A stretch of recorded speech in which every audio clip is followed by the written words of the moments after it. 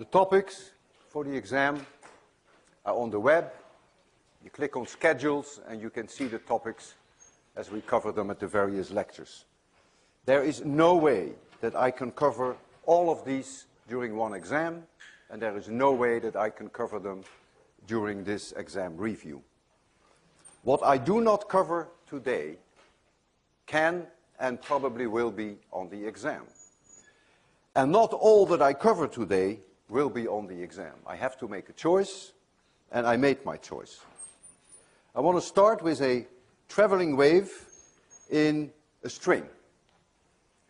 And that the string has tension T, mass per unit length mu, and let the traveling wave have a amplitude A. So here is the traveling wave, and this amplitude is then A, and the speed of propagation is v. And this v is the square root of t divided by mu. That follows from the wave equation, but I'm not going to address that issue now. I want to deal with energy, and I first will write down the equation for the traveling wave. If this is the x direction, and this is the y direction, then y as a function of xt would then be the amplitude A that you have there, and then you can write this down in many ways. I will write it down as the sine of k times x minus vt. If you want to write down for k v omega, that's fine too. I have no problems with that. So the idea now, what is the energy in one wavelength, say? There are two parts to it.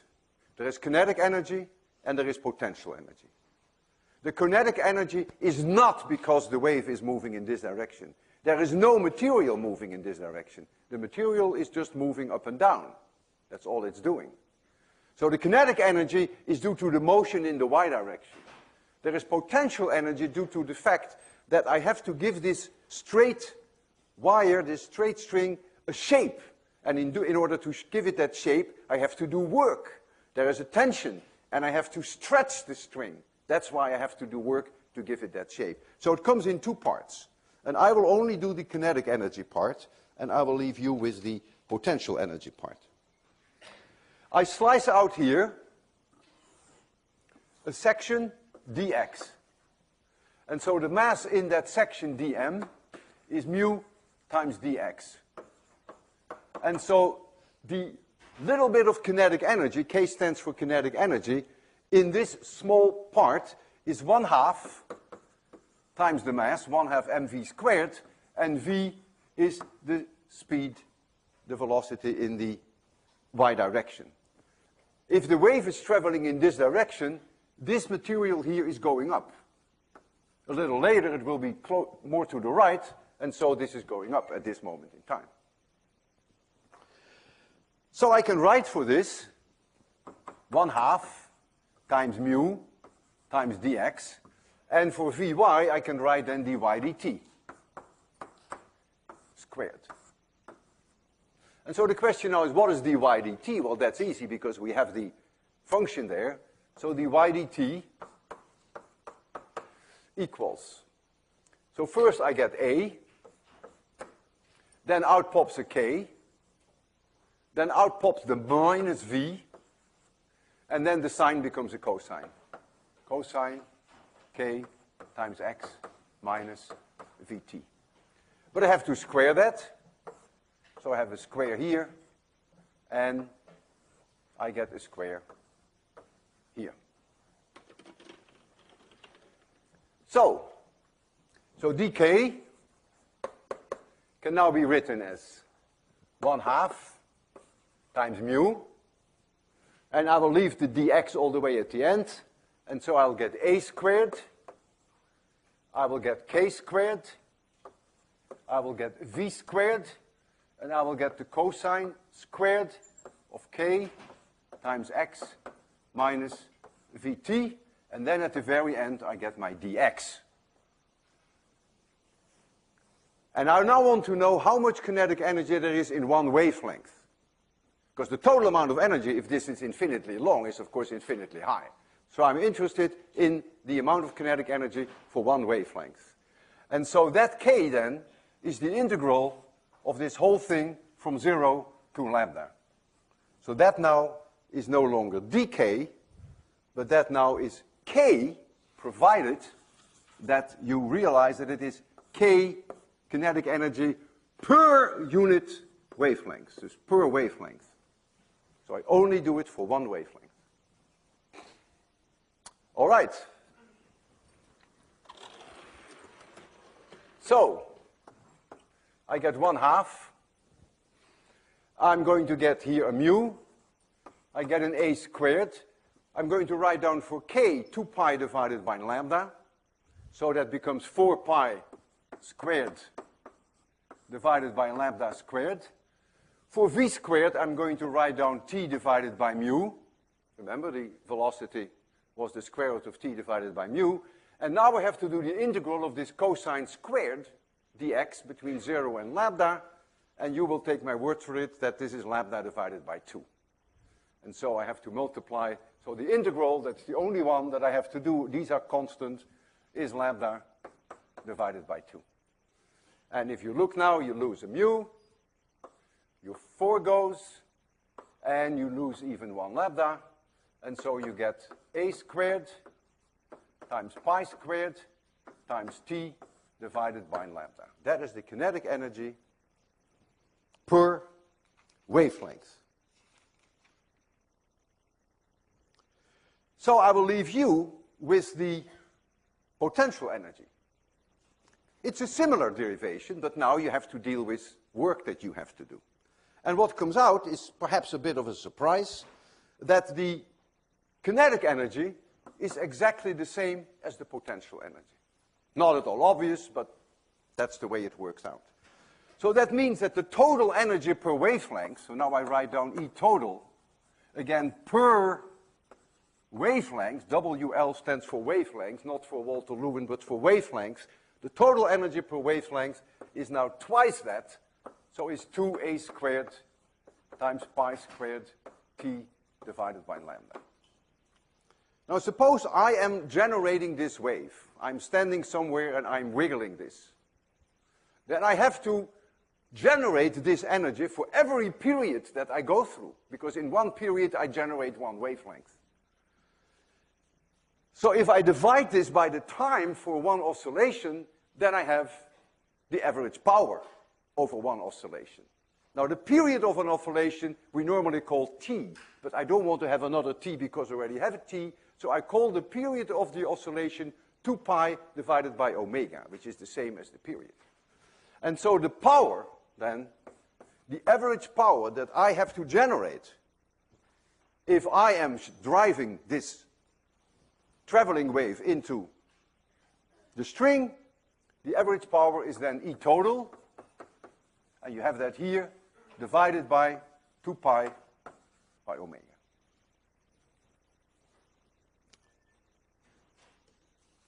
And this is in watts, of course. This is joules per second.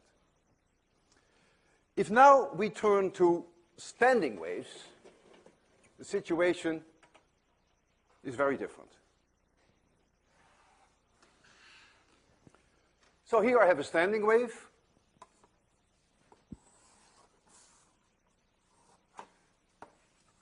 There are nodes here. And at those nodes, the string does not move. And let's assume that the maximum displacement is A. Again, the tension is T, mu is the same, but when it comes to a halt, the maximum displacement in the center here is then A. And the question now is, how much energy is there in a standing wave? So this was a traveling wave, this is a standing wave. Well, at this moment in time, when it comes to a halt, there is no kinetic energy, there is no movement in the y direction.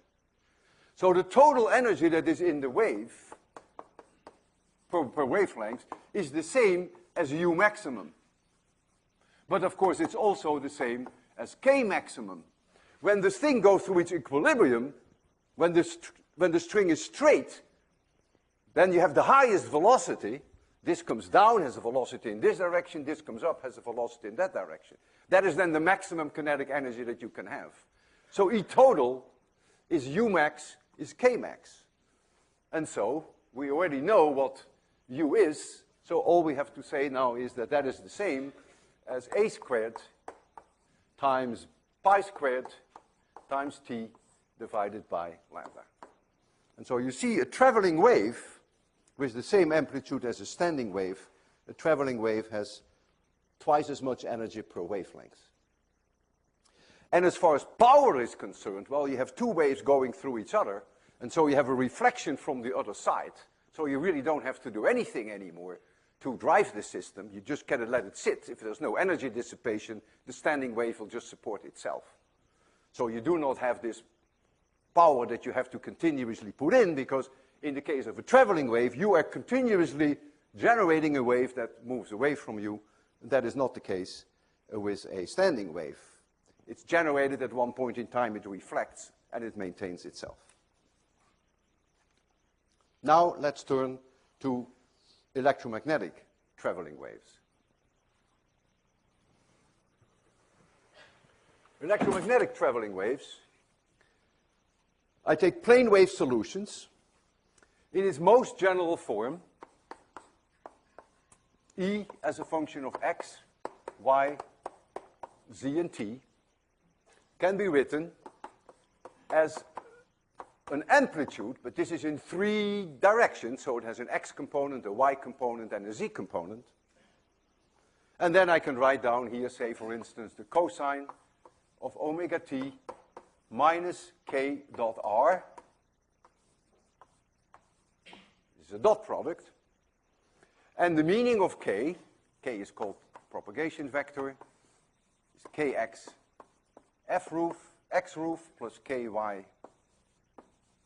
roof, plus kz z roof.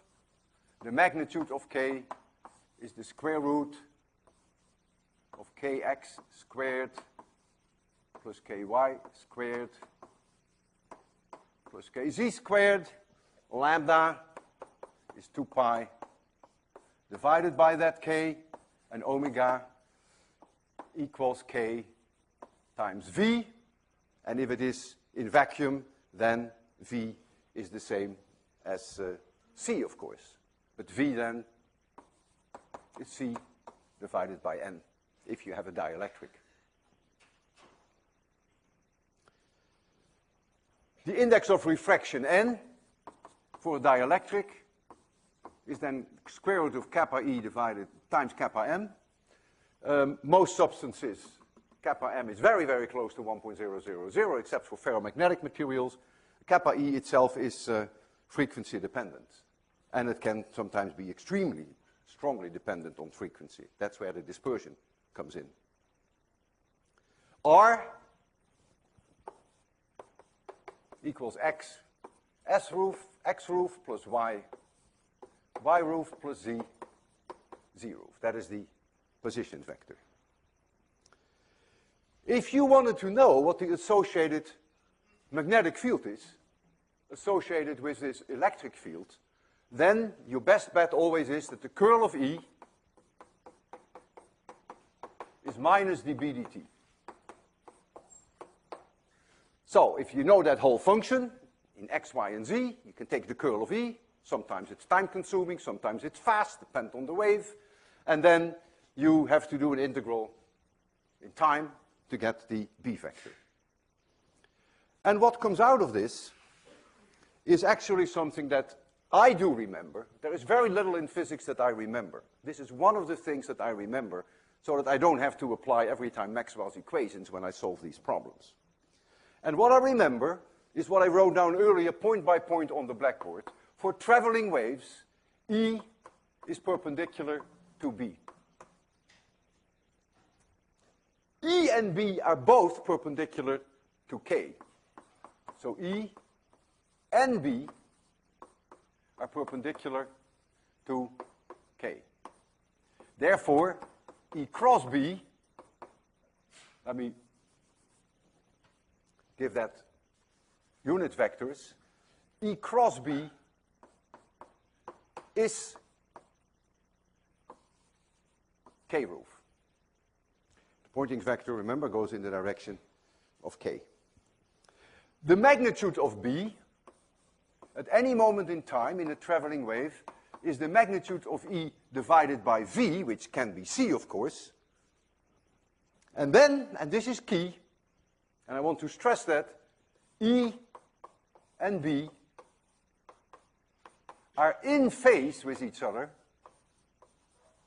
in phase in space, and in phase in time. And what that means is the following. The location where E reaches a maximum is also the location where B will reach a maximum, and they reach it at the same moment in time. So if you are somewhere and you find that the E vector reaches a maximum, then you know that the B vector at that moment will also reach its maximum. And if you are somewhere in space where E is 0, you can be sure that B is also 0.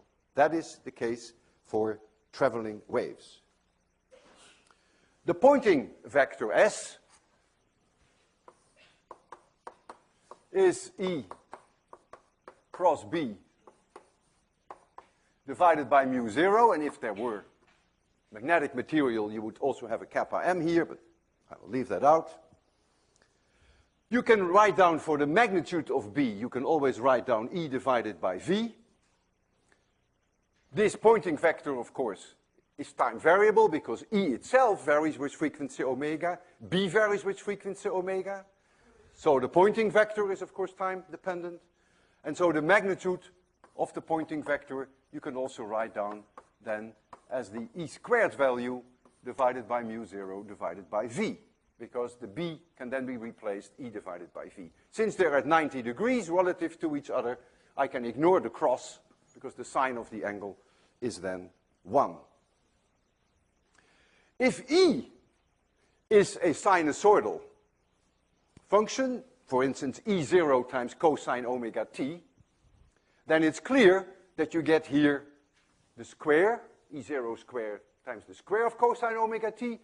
If you time average that, I mean, this S is variable in time, but if you just want to know what the time average value is, then the time average value of the cosine squared equals 1/2. And so you can also write down then that S, I will write it down here, S time averaged would then be E0 squared, this is now the amplitude, divided by 2 mu 0 times V. And the 2 comes from the fact that the average value of cosine square omega t equals 1/2. And this is then in watts per square meter. So that's the traveling wave. Now, I want to go to standing waves. A standing electromagnetic wave, just like the one on a string, has a separation of space and time. Let us suppose we take a specific example. We have here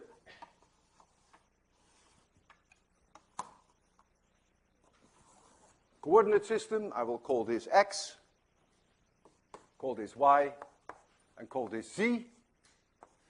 Suppose we have linearly polarized radiation, but I'll make it a little bit more difficult than normal. I will linearly polarize it in the YZ plane. In other words, the E vector would be like this then, and oscillating back and forth in this plane perpendicular to K.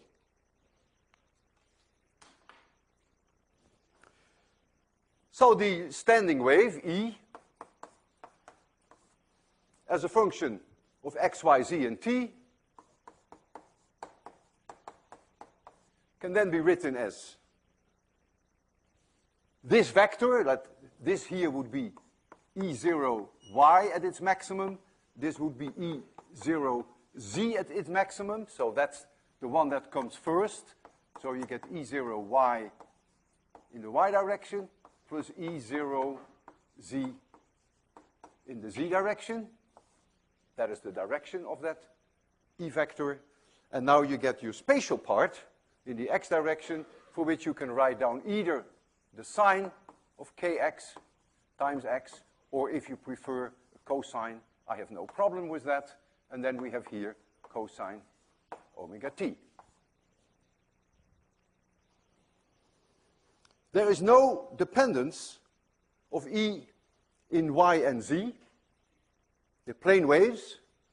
So if you take any plane perpendicular to x, infinite in size, independent of y and z, the E vector will be the same. And so therefore, k of y is 0, and k of z is also 0. So there's only a k of x, and so k then equals k of x, and so lambda is 2 pi divided by this value then. And omega divided by that k, omega divided by this k value, I write an x, but you can leave the x out, would then be v, or it could be c, of course. If you're interested in knowing what the B field is, you go to the curl of E is minus dB dt. The fact that we have here the spatial part separated from the time part means that there are locations for x which never change, whereby the E field is always 0. That's typical for a standing wave. And in this case, they will be nodal planes. The whole plane perpendicular to the x direction, I will draw one here, and I will draw another one here. The E field in that whole plane at all moments in time will be 0. That's the case when this sine, or whatever the cosine you have chosen, happens to be 0. And so these are nodal surfaces. And of course, the antinodal surfaces fall right in between. It is not so easy to draw now for you what you will actually be seeing in terms of this sinusoidal wiggle that goes like this. That is not so easy to do. Because the wave will be in the plane that is coming out like this. And it's difficult to show you that in a three-dimensional way, but I will make an attempt nevertheless.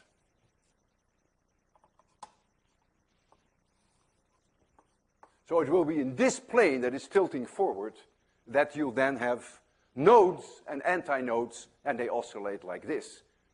Any plane perpendicular to x at any moment in time will see exactly the same thing. Now it's interesting to compare our list with the traveling wave. Again, with a standing wave, E is perpendicular to B. It is not too useful to talk about direction of propagation, because there are really two waves going through each other, so the whole idea of k vector is a little bit bizarre. B, however, the magnitude of B, the maximum value will be E divided by V. The maximum possible value of B is E divided by V. But now comes the big surprise. E and B are 90 degrees out of phase in space and time. So if you have here the nodal planes for E, those are the antinodal planes for B. And where you have the antinodal planes for E, you would have the nodal planes for B.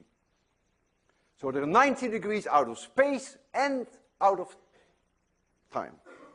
So no surprise, of course, that the average value of the Poynting vector is then going to be 0.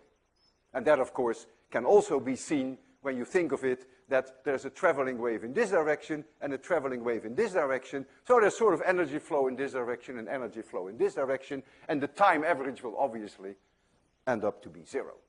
But if you simply take that E cross B and you time averages, you will see that immediately. This is the consequence of the 90 degrees out of phase and 90 degrees out of in space and time. All right. Now I would like to pursue this with, yeah, I can either clean the blackboard or let me go to the other side. I'm going now to charge accelerated charges.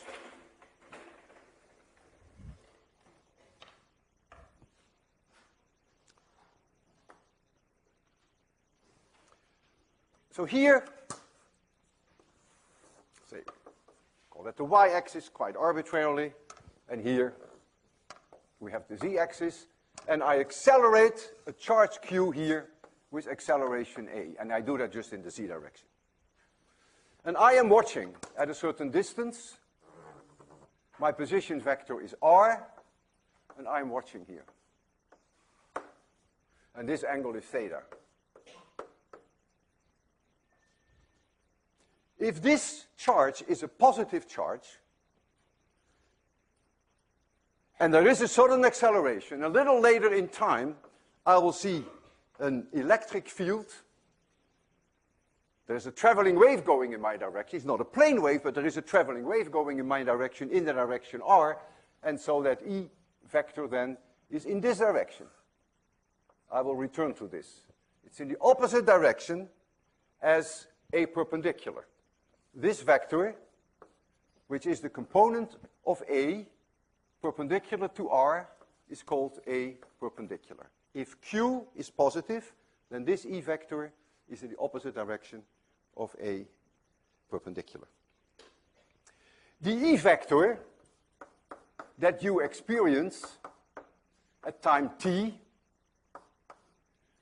is then minus Q times A perpendicular at time t prime, because the acceleration took place earlier than when the signal arrives where I am, because it takes time to travel. In other words, t prime equals t minus rc. This is the time that it takes for the signal to reach me, and so t prime is earlier than t. And then we have this divided by 4 pi epsilon 0 r, and I believe there is here a c squared. Yes, there is, and this is in volts per meter. Now A can easily be some amplitude times the sine of omega t.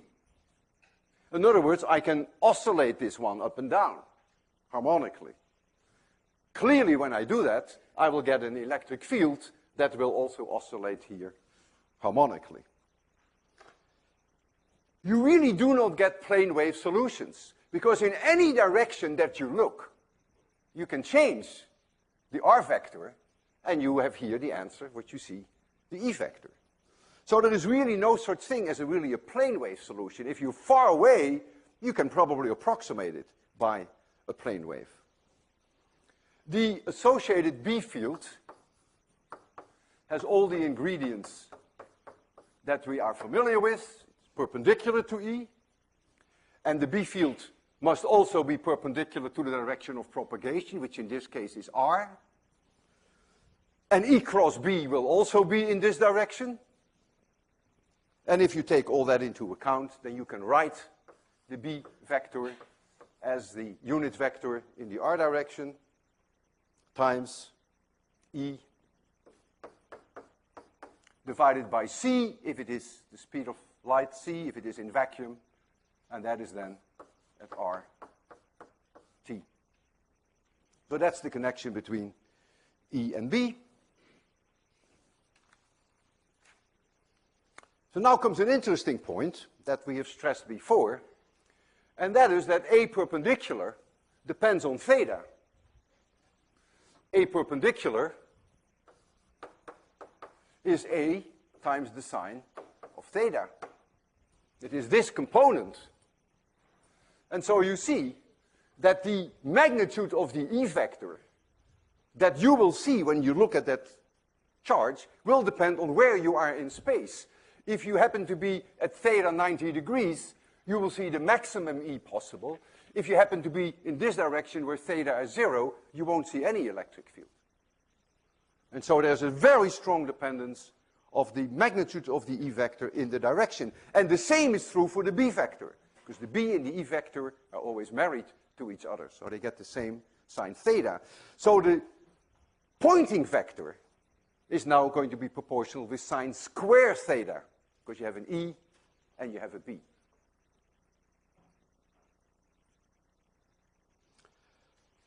I would like to summarize for you, in the same way that I did that here, what I would like you to remember, it's simply, I will raise this later again, because I want to work at a height so that you can see what I'm doing.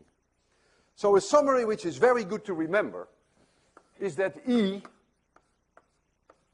is in the plane through R and A. In the plane does not mean into the plane. It's in the plane. So look here. The plane through A and R is the blackboard. And therefore the E vector is in the blackboard in this case. So that is key, that E is in the plane through R and A, not into the plane. And E is perpendicular to R. Notice I have that. And E, amplitude, is proportional to the amplitude of E perpendicular. And therefore, it is proportional to the sine of theta. E itself is proportional to 1 over r. Notice that, not 1 over r squared, but 1 over r, which is obvious. It has to do with the conservation of energy. If you make your sphere around it, then the energy that flows through the sphere must be the same no matter how large your sphere is. And since that energy comes from the Poynting vector, has an E cross B, E is inversely proportional with r, and B is inversely proportional with r, so that energy is conserved. So the Poynting vector will then be inversely proportional to r squared. If you're interested in the total power, so you're not interested really in the fact that the Poynting vector is a strong function of theta, namely sine squared theta, but if you integrate the Poynting vector over one sphere that you choose, and you take the local Poynting vectors and you multiply that by the local areas, which becomes an integral, then you can actually come up with a power. This is now in joules per second. In other words, you tell me what Q is, you tell me what A is, you are creating electromagnetic radiation, I will tell you how many joules per second work you have to do. And that then becomes, that's called the Larmor result, the Larmor equation, and that becomes Q squared times A squared divided by 6 pi epsilon 0 c to the power 3. Notice there is no r anymore, because clearly it's independent of where you are in space. That's the how many joules per second you have to generate. It's obvious that it is proportional to Q squared, because E is proportional with Q, so B is also proportional with Q. So the Poynting vector will be proportional to Q squared. It's also obvious that there is an A squared, because E is proportional to A perpendicular, but nevertheless A, and B is also proportional to A. So it's no surprise that you get there upstairs a Q squared and an A squared. Now, if A is oscillating, if A is A0 sine omega t or cosine omega t, then you can calculate what the mean value of the power is during one oscillation, and then you will get here the average value of the sine square omega t then becomes 1/2, of course. This is the energy that you have to generate per second in order to create electromagnetic radiation. It is not the kinetic energy that you have to put in the mass of the charge, the 1/2 mv squared. That's a whole different story. This is the price you pay for creating electromagnetic radiation.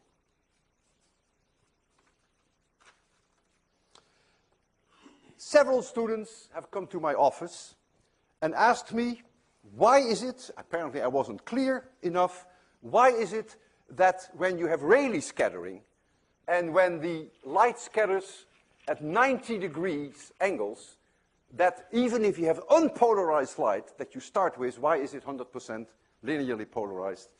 If and only if it scatters over 90 degrees. And so that is indeed an important point. So I will expand on that in a way that is perhaps easier for you to digest. Maybe I went over too fast when I covered that in class. I demonstrated it. You remember I did it with the smoke signal and I did it with the sunset. So we have unpolarized radiation. Let's first agree what is unpolarized radiation. There's a beam of light coming straight at you, and it's unpolarized. The first plane wave, I think of it still in terms of a very classic 19th century idea, plane wave solutions. The first plane wave is linearly polarized like that. The second one is linearly polarized like that. Then there's one like this, then there's one like this, then there's one like this, one like this, and one like this.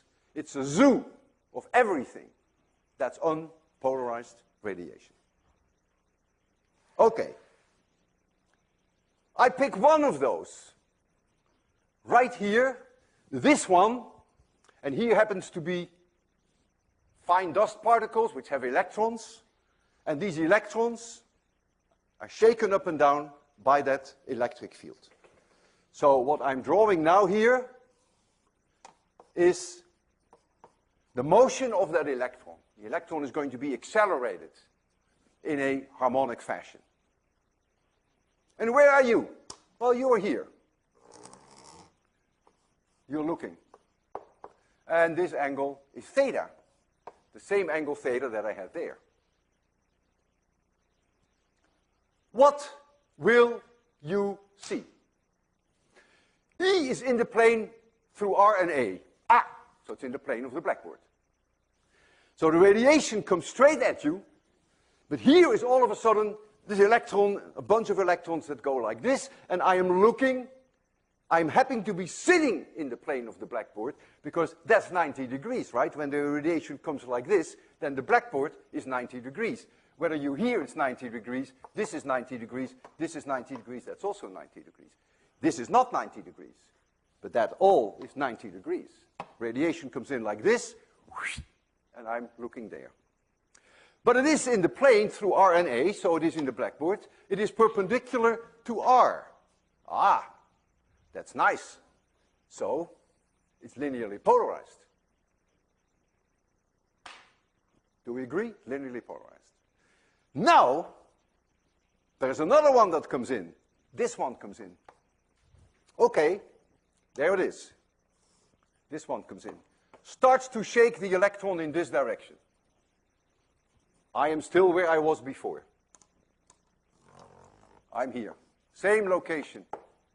This angle now is theta. So the second plane wave comes in like this. What do I see here? E vector is in the plane through R and A. Ah, that is the blackboard. E is perpendicular to R. Ha! So I see this. Do I see the same strength of the E vector? No. It's much less, because A perpendicular is much less, because theta is much less. But I will still see E vector in this direction, following my recipe. And then there is one electromagnetic wave that comes in, which happens to be in this direction. Well, in that case, I will see nothing. That is tough luck. But any other direction, you will always see electric vector perpendicular to your line of sight. And that is only true for 90 degrees. In other words, if I made a circle here, and I have unpolarized light coming in here, straight at you, when you hear and you look down, you will see the E vector like this. When you hear and you're looking down, you will see an E vector like this. If you look here and you look in this direction, then you will see the E vector like this. And this is only true if you are at 90 degrees angles. I can easily make you see that if you change the angle, that it is not 100% linearly polarized. And the best way for me to show that is, here are these electrons, which are being shaken like this. One comes in, shakes like this. And let's look now at forward scattering. Not 90 degrees, this is 90 degrees. Forward scattering. Here's the electron going up and down. You sitting there in the audience. If this one comes in, you'll see electric vector like this, generated by this charge, which goes like this. Now the next one comes in, which goes like this. You will see an E vector like this. The next one will come in like this. Forward scattering, you will see like this. So you see, if unpolarized light comes in forward direction, it remains 100% unpolarized. In any other direction, it will be partially polarized, but in the 90-degree direction, it is 100% linearly polarized. That is the reason why the sky, 90 degrees away from the sun, is 100% polarized. And I check that almost every other day to make sure that physics still works. It's great fun. You take your linear polarizer. I always carry a handful with me. You look at the sky 90 degrees from the sun, and indeed, the sky is practically 100% polarized there. Quite amazing. I have a movie which is not the greatest movie. I tried to show this to you earlier. It's not the greatest. It's trying to make you see that when you oscillate charges back and forth, that something happens in the E field, that you get in the E field kinks. And students have asked me more than once, why do you only get kinks, and therefore electromagnetic radiation, if you accelerate them? Why don't you get kinks if you simply move them with a constant velocity? And I think the best answer that I can give is the following. Think of the electric field lines as spokes, rigid spokes, which are attached to the charge. So they're attached to the charge. They are rigid, but they are fragile, like spaghetti, but they are rigid. And so they move with constant velocity. So all these spaghetti moves with this charge, they all have the same velocity. There is no stress anywhere on the spaghetti because the whole thing has the same velocity. Now all of a sudden, I take the charge and I accelerate it. Now the spaghetti feels a kink. The spaghetti feels all of a sudden it wants to break because the spaghetti is very fragile. And that break caused the kink in the field line. So that's the best way that I can convince myself why a constant velocity does not cause electromagnetic radiation, but it's really the acceleration. Some students thought when I used the word spaghetti that I meant cooked spaghetti. No, I didn't mean cooked spaghetti. I meant uncooked spaghetti, which is very brittle, which easily breaks just like this. And when you accelerate all of a sudden the charges, these field lines can break like uncooked spaghetti. And this movie is making an attempt. It's not the best thing, but we'll make an effort. So Marcos, if you can do the honors there, then I will do the honors here. And you may not get much out of it, but at least it is an attempt. Were we going to give it TV, or were we going to make it completely dark? TV.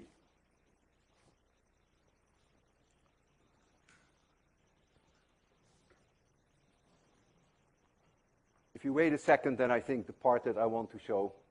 Okay, so oscillating charges.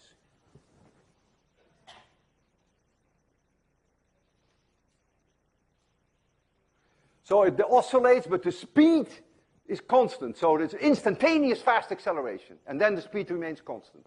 And you see these shells here, which are then representative for the electromagnetic radiation. It's not harmonic yet. We're going to shake them harmonically shortly. And so these lines that you see are the field lines. And they are just here in these shells. They are broken. It's broken spaghetti. Also notice that it's like a spherical wave. It's nothing to do with plane wave solutions anymore. You really get a spherical wave going out. It's not so clear from here that the strength of the wave is very different for the different directions of theta. That's not so clear. And so here you have a simple harmonic motion. This is about 1 Hertz electromagnetic radiation. Have you ever heard of that, 1 Hertz? We're dealing normally with megahertz and gigahertz. This is very slow motion, but it's simple harmonic. And you begin to see that indeed there are electromagnetic, these are the E field lines, that they are being distorted in the direction perpendicular to the direction of your line of sight. Is it a great attempt? No, but it is an attempt.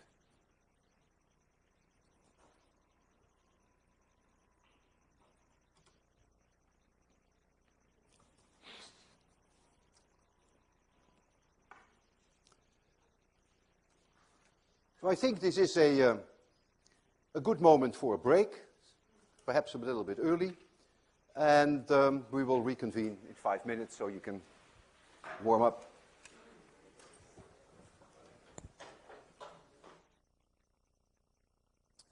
Okay. I will now tell you what I will not talk about, which is a lot. I will not discuss Fourier analysis. That doesn't mean that it will not be on the test. Make sure you're familiar and comfortable with the examples that I had in the problem sets. I will not cover today Doppler shift.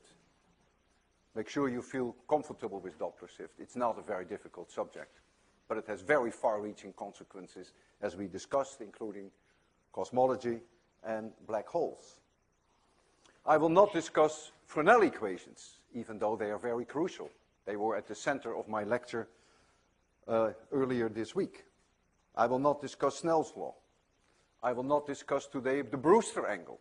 But don't be surprised, don't be shocked if there is a problem related to the Brewster angle. I will not discuss critical angles, total internal reflection, but it may be on your test. And I will not discuss today radiation pressure. That doesn't mean that it will not be on your test. It's simply not possible to cover all of this in the available amount of time. Now, of course, I have not left out purposely things that will be on the test. A lot of stuff that I have covered today will be on the test, of course.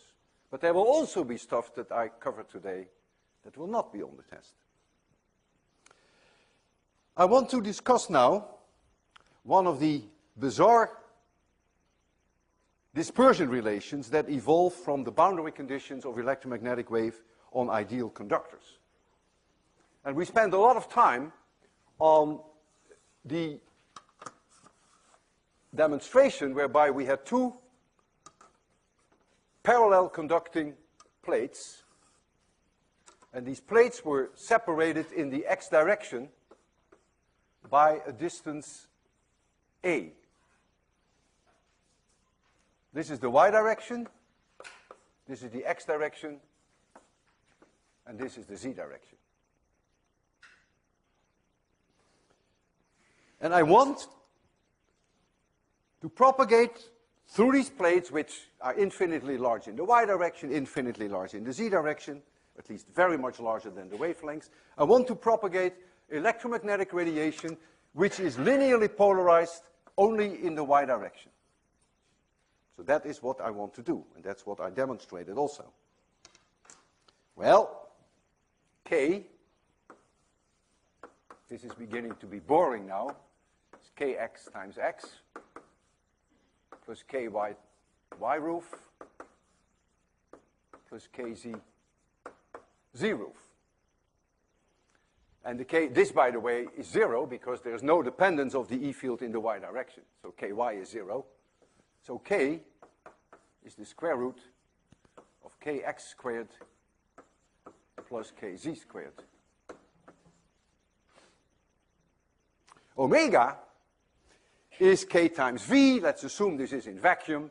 So omega is K times C. The boundary conditions demand that at x equals 0 and at x equals a, this component must vanish, because you cannot have an electric field in the surface of an ideal conductor. That was one of the boundary conditions that we derived. In other words, E of y must become 0 for x equals 0 and x equals a. And as a result of that, you're going to get a standing wave in the x direction, and you're going to get a traveling wave in the z direction. And the boundary conditions demand now, in order to meet this, that the k of x is going to be m pi divided by a. If then you have your wave, then you will see substituting for kx, this value will always give you then, if you have the sign of kx times x, always a 0 here and always a 0 there. And so omega will then be c times k, so is c times the square root of m pi over a squared plus k of z squared. And this is what we call the dispersion relationship. This equation is responsible for a bizarre behavior. And the bizarre behavior then can best be shown in a diagram which we call the omega kz diagram. I will raise this later again because I want to work over my head so that you can see what I'm doing. So this is kz and this is omega, and I am going to plot for you this relationship.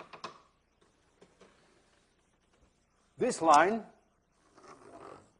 would be omega equals kz times c. That would be non-dispersive. However, this is different because of this. And so now you have here a frequency which is the lowest frequency possible for which radiation can actually go between the plates. And this then is the case for μ equals 1, and omega is then c times pi divided by a. And so here, for omega, that is the cutoff frequency, is pi times c divided by a. And if I plot then that curve, you get something like this. So no frequency below that value can propagate through the gates, so to speak, through the opening, because it cannot meet then the necessary condition that the E field becomes 0 here and 0 there, which is non-negotiable. It has to become 0 here and it has to become 0 there because it's an ideal conductor. So K of x must obey this boundary condition. So let us assume that at a particular moment in time, we have a frequency going through these two plates, the frequency of this linearly polarized radiation in the y direction, and that this is the value for omega. That means that the associated value for kz is then this. Kz must adjust itself so that kx can remain what it has to be. This line, everywhere on this line, kx is the same value. And the kx value everywhere is pi over a. And so kz is being slaved to become the value that meets this dispersion relation. And that's this line. So kz settles there. The phase velocity in the z direction, v phase in the z direction, is omega divided by kz. Well, look what that means. Omega divided by kz. So I can draw a line here. And so this angle is an indication for the ratio omega divided by kz. Which is larger, this angle is higher than this one. And this was c, remember? And so you see that that value is always larger than c. You can just see that by looking at the graph. The group velocity in the z direction is d omega dkz. And d omega dkz is the tangent along this line here. So at this point here, the tangent would be like this. I don't want to draw another line because it becomes too cluttered. But you can see that this slope is smaller than the line here, which indicates the c. And therefore, the group velocity is smaller than c. So this is smaller than c.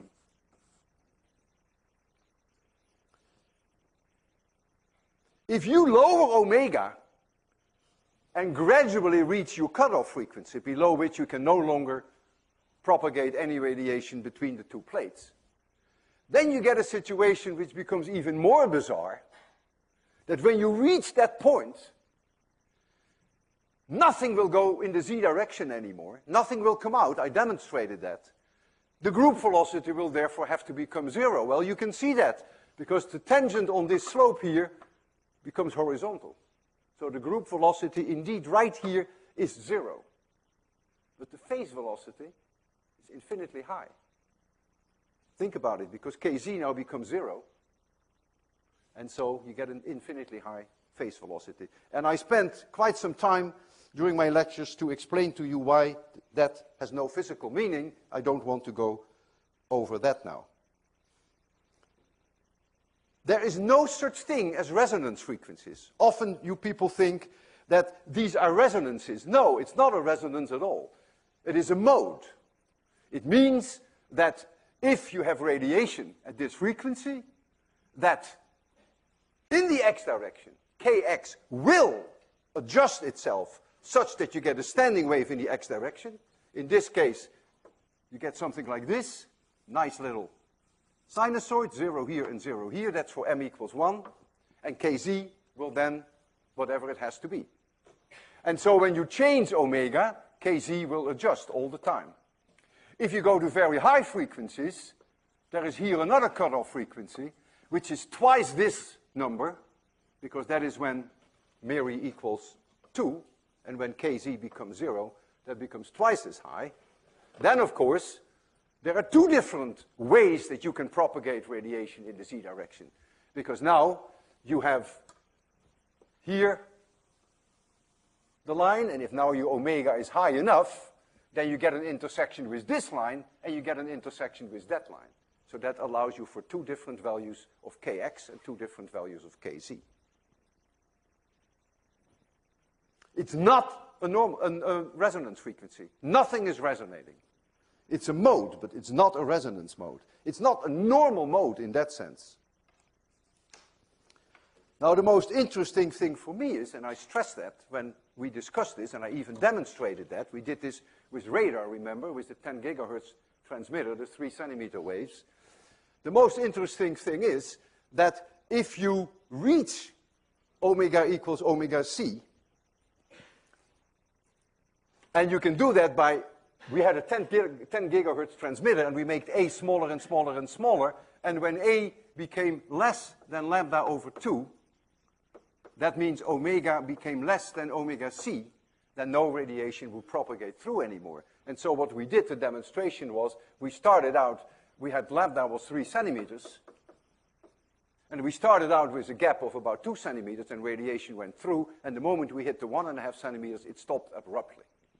The interesting thing now is that if your radiation is only linearly polarized in the x direction, there is no such problem.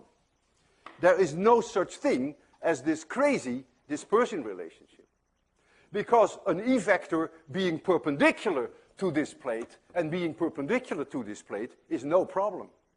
If the E vector oscillates with frequency omega, always perpendicular to those two plates, the only thing that happens that nature, like crazy, adjusts the local rho s's, the local number of coulombs per square centimeter, so that you always meet the normal boundary condition. But nothing ever has to become 0. And so therefore, there is no boundary condition that gives you rise to such a crazy dispersion relationship. So if you had radiation linearly polarized in this direction, then it would follow this line. Non-dispersive. Phase velocity is c, group velocity is c. So now comes the interesting part. Suppose you manage to get radiation which is unpolarized. And this you try to send through there. And you make A smaller than lambda over 2. That means that the vertical component of the E vector of each one of those waves cannot get through. Only the horizontal component can get through, but without any difficulty. Speed of light. That means you have created linearly polarized light out of unpolarized radiation. I wouldn't say light in this case, it's radar. So if you could manage to get unpolarized radar going into this direction, and you make A smaller than lambda over 2, all components in this direction are killed, only this component can go through. And so you have created at the other end linearly polarized radiation. And I realized that after I gave that lecture, how cute that is actually, that this is a way in principle that you can create linearly polarized radiation simply by squeezing it through a very narrow opening, a very narrow tunnel, so to speak.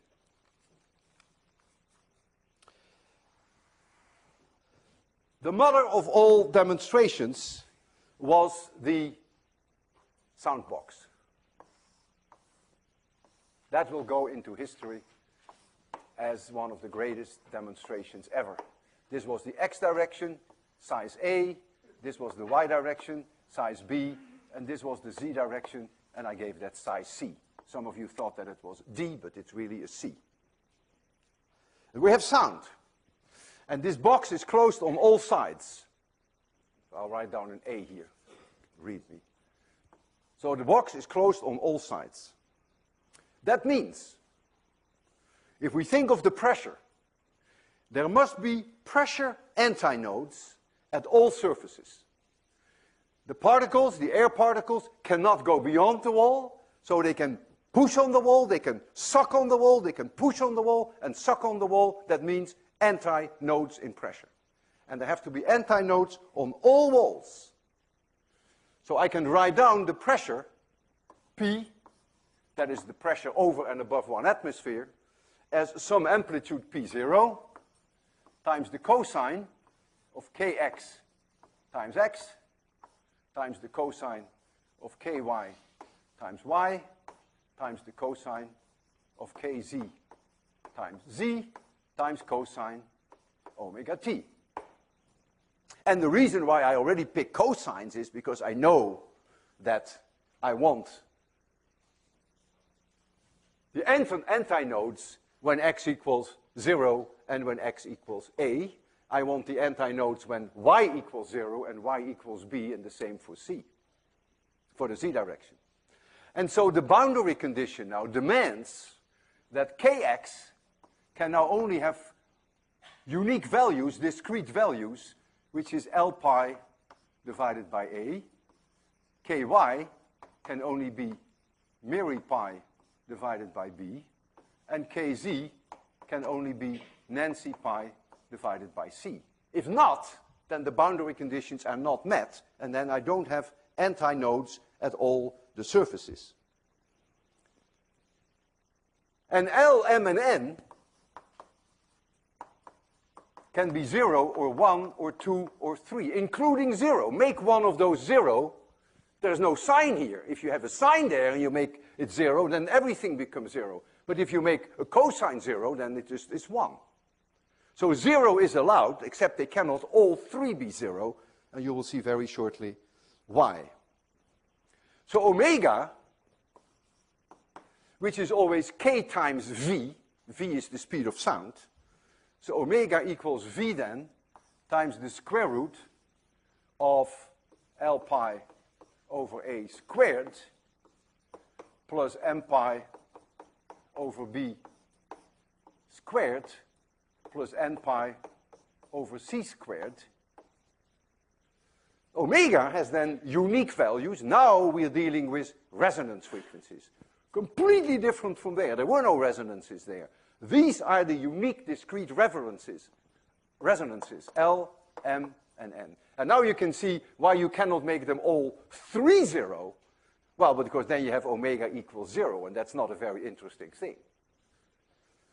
So now comes the question, what is the lowest possible frequency that is the resonance frequency, the lowest resonance frequency? Well, that depends on which dimension, A, B, or C, is the largest. And so if A, for instance, were 10 centimeters, and if B is 20 centimeters, and if C is 50 centimeters, which happens to be 0.5 meters, then clearly the lowest frequency is L0, M0, N equals 1. 0, 0, 1. For the 0, 0, 1 mode, I then get a frequency F, which is omega divided by 2 pi. And that means I lose all these pi's here, by the way. And so I get a V divided by 2C, that is my C. Because look, if I make Nancy 1, my pi is gone, so I only have a 1 over C squared. This is 0, so I get 1 over C, and the 2 comes from this. So the frequency, that is the lowest possible frequency, is V divided by 2C. C being now half a meter, and so if V is 344 meters per second, then the lowest frequency is 344 hertz. And I proudly demonstrated that to you. Our prediction was accurate to better than 1 hertz. We had exactly the 344 as the lowest possible frequency. And then, of course, you can look for higher order frequencies. And that depends then on the dimensions of A and B, whether the next one is 002, or whether the next one is 011, or whether it is 101. And we ranked them all, and I showed you 8 of those frequencies. And we had a handout, at least on the web. I showed you these wonderful resonance curves that we generated during our lecture. I think it was lecture number 16. You can still download it from the website. Now comes an interesting question. What would happen if I knock out this panel in front and the panel in back? So I knock out both panels in the z direction. So I make it open in the z direction, open at both sides. What happens now? Well, the pressure now can never be an antinode at z equals 0 and at z equals c. On the contrary, it is connected with the universe. No pressure differential can ever build up. So the pressure has to become a node now for z equals 0 and z equals c. Well, that we can easily do. We just change the cosine into a sine. And nothing else changes. Because look, if now I make kz n pi over c, then you will see for any value for n that you choose, this will indeed become a pressure node. You will get 0.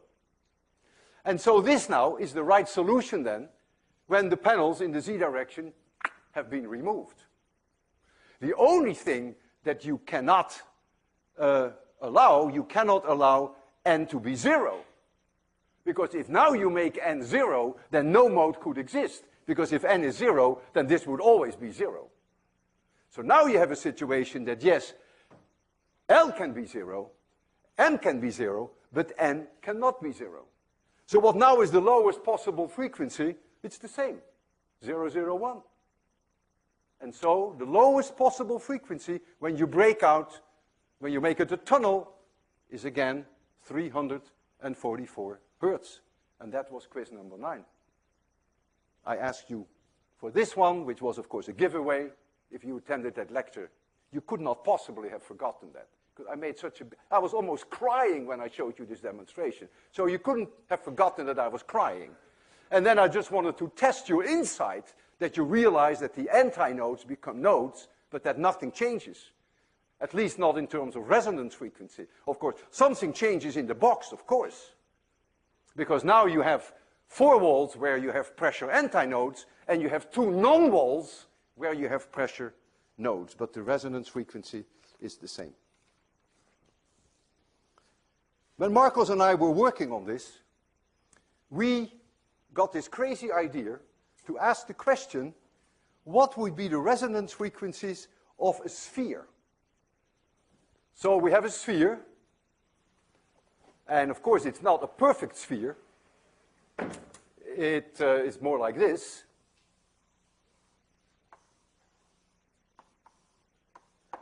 And it has a diameter.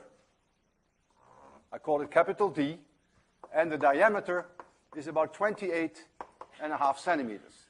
Uncertainty is only a few millimeters. And so we got this crazy idea to put a speaker there, just like we did with the box, and to have a microphone inside, and then to see if we increase the frequency of the speaker, whether we could predict and actually confirm the resonance frequencies of the motion of the air inside this box. And so I said to Marcos, I know the answer. It's easy. It's a trivial problem. if this were a perfect sphere, then clearly the wall here must become a pressure antinode. A complete sphere must become a pressure antinode because there must be spherical symmetry. The sphere is a sphere, right? There must be spherical symmetry.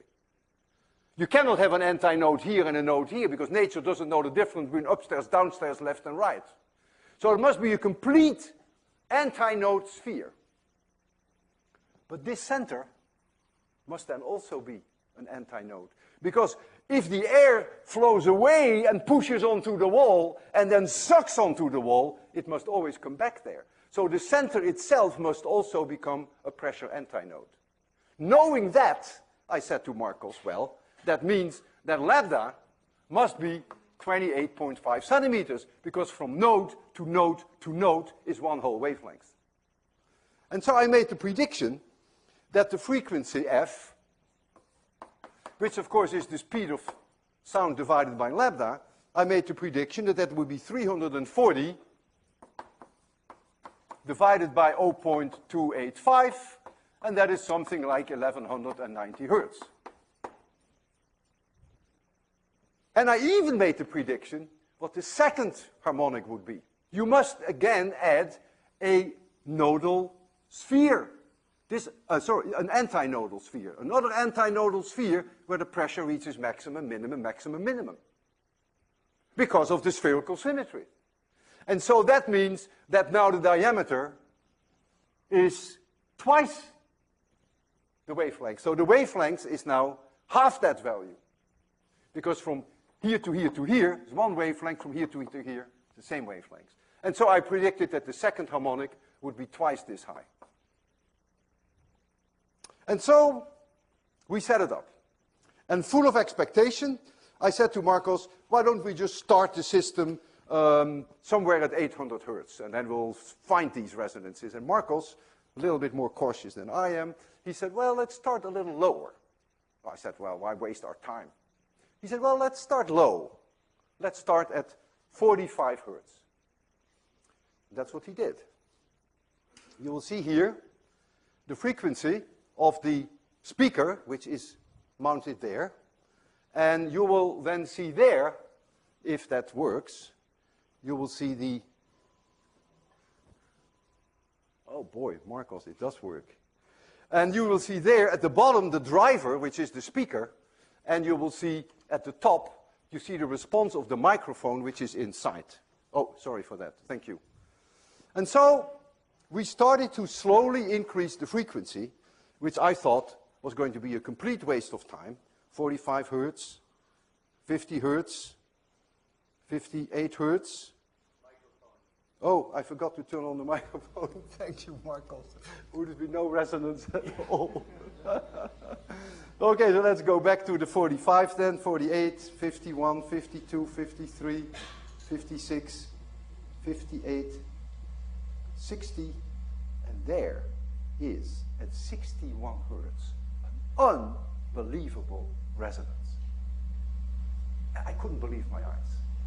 I said, this is nonsense. This cannot be. It's impossible. How can you have a 60 hertz resonance frequency? What is wrong with my reasoning?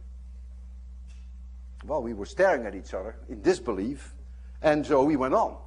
And we said, well, I said to him, you know the 60 hertz are the lights in the building. That's what you pick up. It's some pickup, some crazy pickup. It's not a sound resonance. Whenever you see 60 hertz in the United States, it's pickup. If you see 50 hertz in Europe, you know it is some pickup. So I was willing to forget about it. In any case, we went on and we were trying to find the other frequencies. So I will quickly now try to go to much higher values. So I go in coarse steps and see where the first one is. I was hoping to see the 1190. And then now it's 600, 700. I will now go a little slower. So watch you see the frequency at the lower signal is increasing, much higher than it was before. And here, we're actually beginning to hear it. We're getting close to a resonance. And so, the 61 made me sick in my stomach. And I was not all too happy with 787 hertz.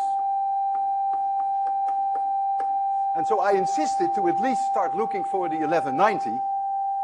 And so we started looking for the 1190.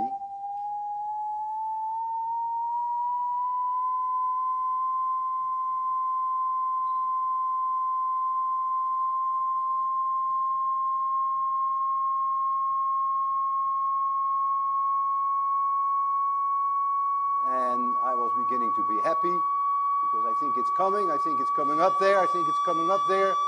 And it fell a little short, but not embarrassingly short. 1164.